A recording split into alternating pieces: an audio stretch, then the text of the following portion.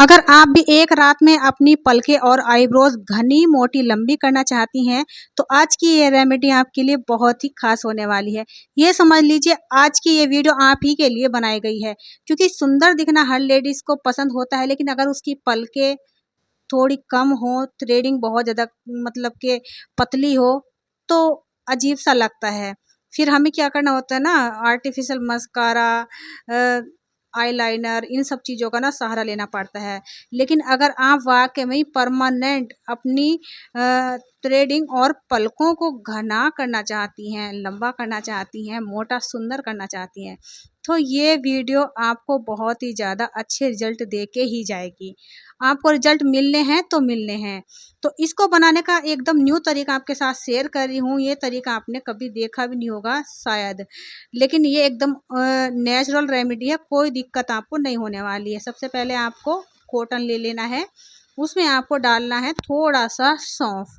जो सौंफ हम अपने घर में खाते हैं वही सौंफ लेना है, और आपको यहाँ पर डालने हैं कुछ सरसों के दाने, यानी कि थोड़ी सी हमें सरसों ले लेनी है।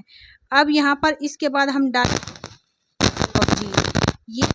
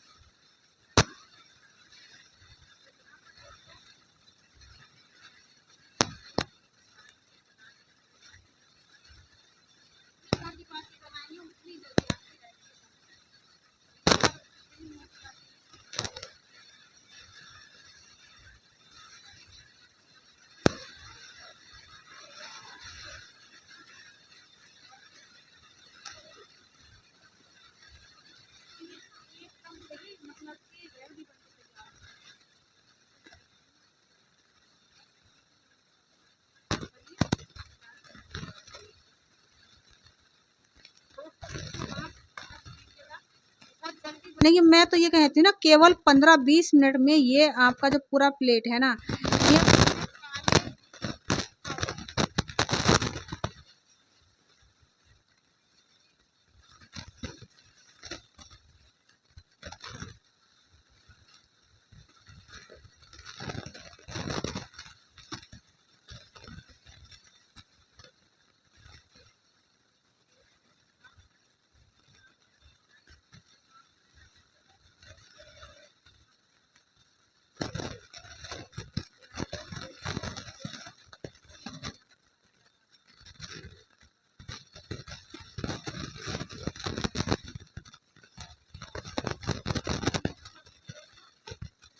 ये ब्लैक हो गई है। देखिए एकदम ब्लैक, एकदम मतलब छुट्टी नहीं है ये, जब तक आप इसको धोगे नहीं ना रगड़ रगड़ के, ये निकलने वाली नहीं है।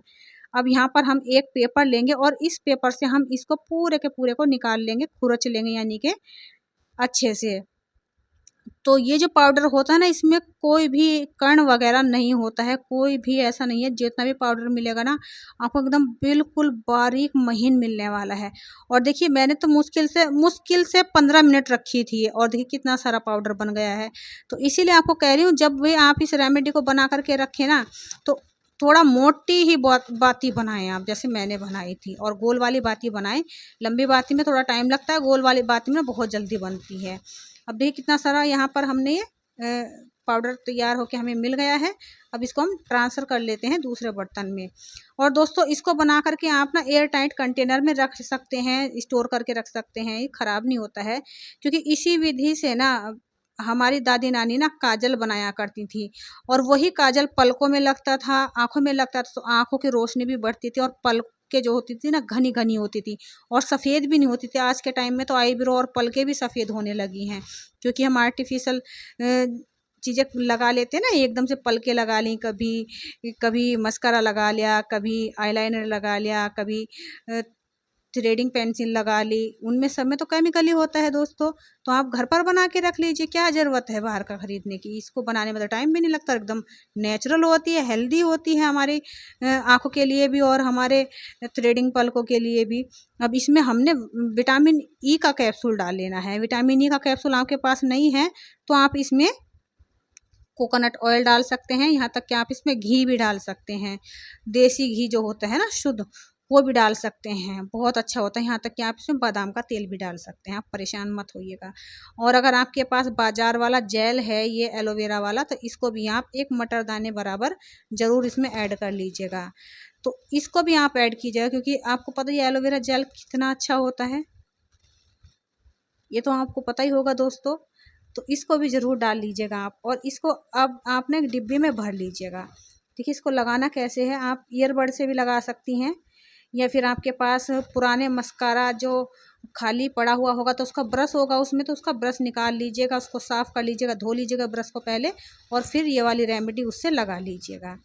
और दोस्तों इसको तो मैंने अपनी पलकों में लगाया है, थ्रेडिंग पे भी लगा के दिखाया, 2 तरीके बताए हैं लगाने के, उससे आपको ना अलग अलग तरीके का फ़ायदा होगा। कैसे होगा मैं बताती हूँ।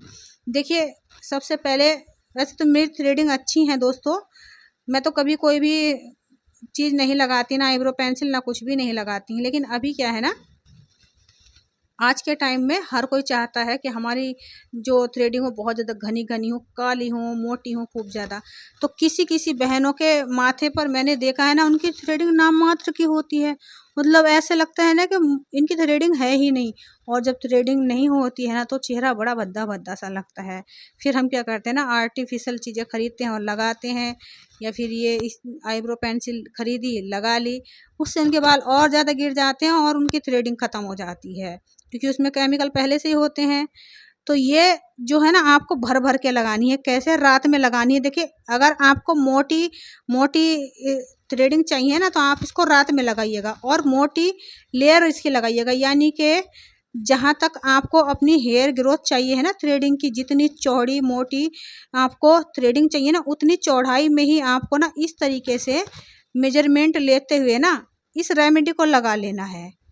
तो इतनी ही दूरी में आपके जो हेयर है ना वो बेबी हेयर आने शुरू हो जाएंगे, हेयर ग्रोथ आनी शुरू हो जाएगी, और धीरे धीरे आपकी जो थ्रेडिंग है ना वो बहुत ज़्यादा चौड़ी हो जाएगी, खुद से निकल आएगी थ्रेडिंग के जो बाल हैं आपके।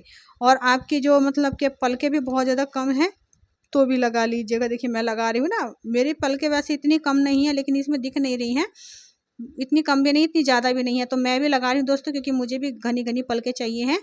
और फिर किसी और दिन मैं वीडियो में आपके साथ रिजल्ट शेयर करूँगी कि मेरी पलकें कितनी घनी हुई हैं, है ना। अभी तो मैं इसको पूरे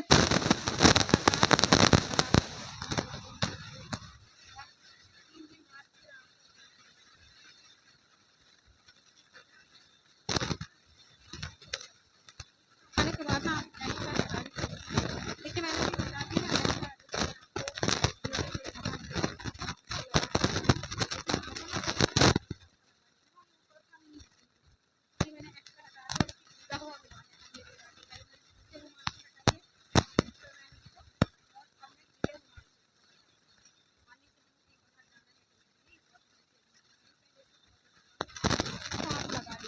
सोच भी कीजिएगा ना, ये बस उतनी ही रहेगी, मतलब इतना पक्का कलर आता है इसका कि मैं क्या ही बताऊँ, आप खुद लगाओगे तो पता चलेगा। और दोस्तों आपने जैसे मोटी मोटी थ्रेडिंग पे ये रेमेडी लगाई, तो सुबह को उठकर ना आप अच्छे से फेस वॉश से अपना फेस धो लीजिए ताकि ये रेमेडी निकल जाए। फिर आप नेक्स्ट रात मतलब नेक्स्ट नाइट में जो अगले दिन फिर आप इसको लगा लीजिएगा। और देखिए बिल्कुल भी नहीं निकल रही है ना, मैंने अभी आपको दिखाया है। तो वीडियो अच्छी लगी तो लाइक शेयर जरूर करें दोस्तों। Thanks for watching.